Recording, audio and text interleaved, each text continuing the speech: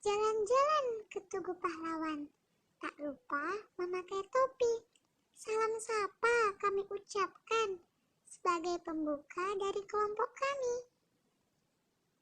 Assalamualaikum warahmatullahi wabarakatuh.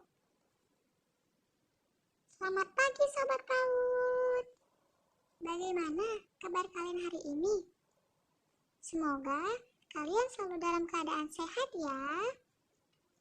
Oh iya, seperti kata pepatah, tak kenal maka tak sayang.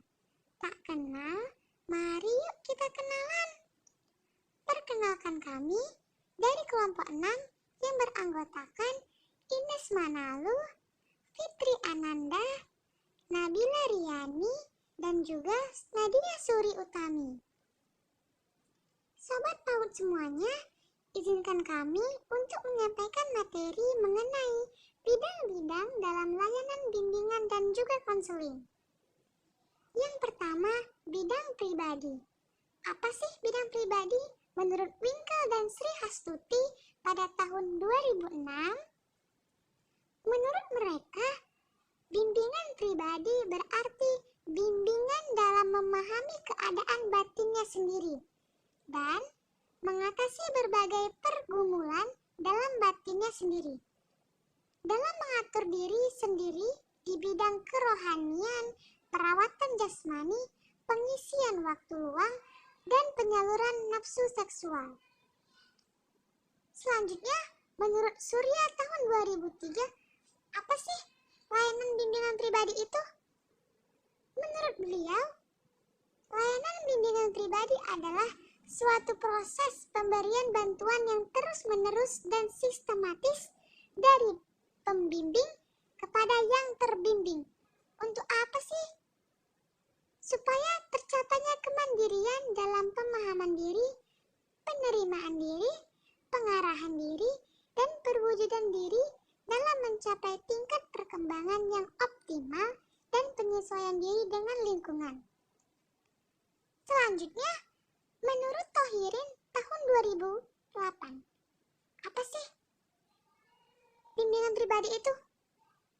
Bimbingan pribadi adalah suatu bantuan dari pembimbing kepada terbimbing agar dapat mencapai tujuan dan tugas perkembangan pribadi dalam mewujudkan pribadi yang mampu bersosialisasi dan menyesuaikan diri dengan lingkungan secara baik.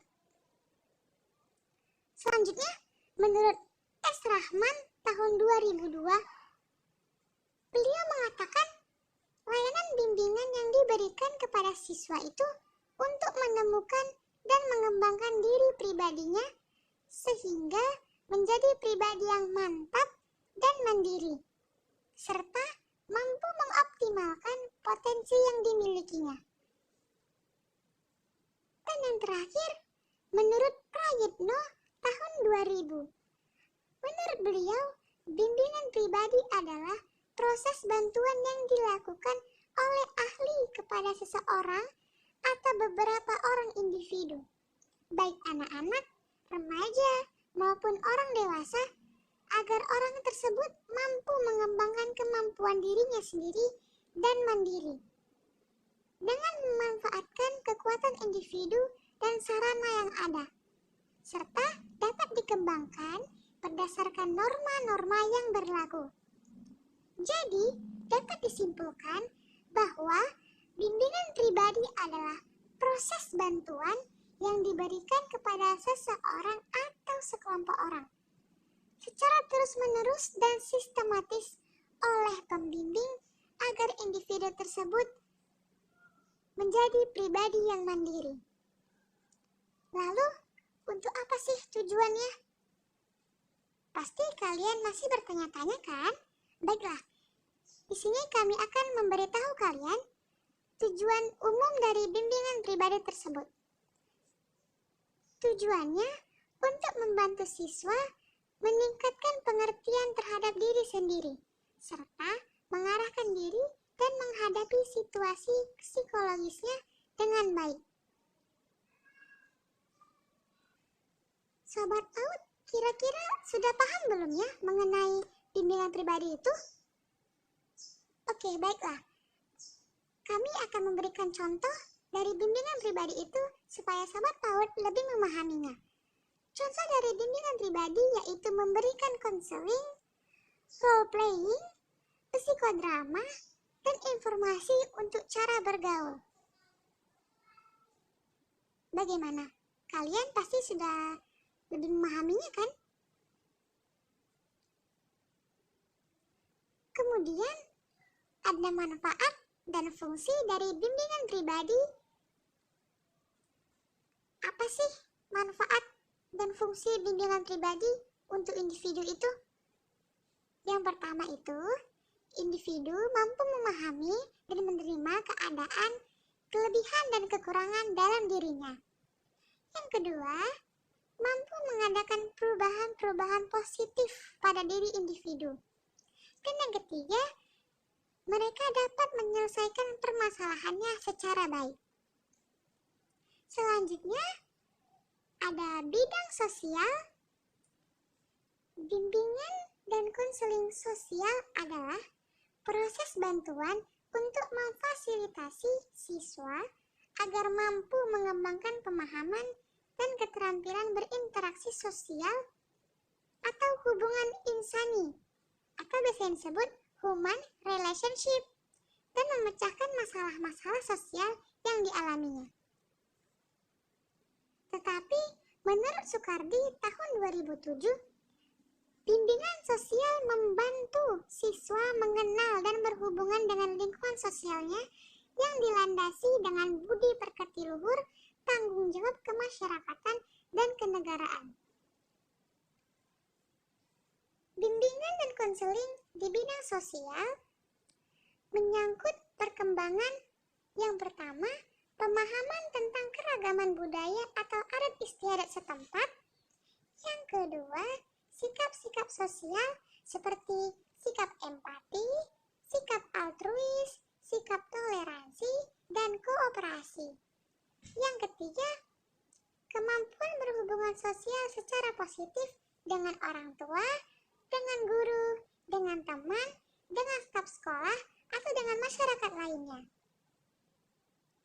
Bimbingan dan konseling di bidang sosial diberikan dengan cara menciptakan lingkungan sosial yang secara kondusif, serta membangun interaksi pendidikan atau proses pembelajaran yang bermakna, atau bisa disebut bisa memberikan nilai manfaat bagi perkembangan potensi siswa atau masyarakat secara optimal. Yang ketiga, bidang belajar. Proses pemberian bantuan kepada peserta didik dalam mengenali potensi diri untuk belajar, memiliki sikap dan keterampilan belajar, terampil merencanakan pendidikan, memiliki kesiapan menghadapi ujian, memiliki kebiasaan belajar teratur, dan mencapai hasil belajar secara optimal, sehingga dapat mencapai kesuksesan, kesejahteraan, dan kebahagiaan dalam kehidupannya. Yang terakhir, ada bidang karir. Apa sih bidang karir itu?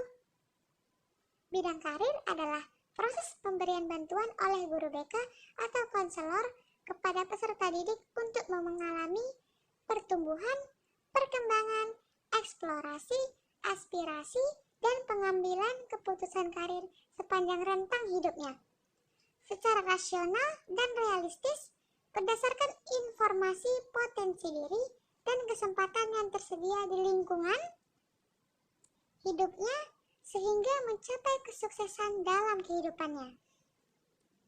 Tidak terasa, kita sudah berakhir pada akhir penampilan presentasi. Semoga setelah ini kita masih bisa bersama lagi, tidak seperti hubungan Anda dengan dia. Saya ucapkan terima kasih atas perhatiannya. Tolong ya, kalau sudah perhatian, mohon jangan hilang. Sekian presentasi kami. Maaf kalau belum sempurna, karena kesempurnaan itu lagu Rizky Febrian. Burung dara, burung cendrawasih, cari dulu di Papua. Cukup sekian dan terima kasih. Semoga bermanfaat untuk semua. Wabillahi taufiq wal hidayah. Wassalamualaikum warahmatullahi wabarakatuh. See you, Papa.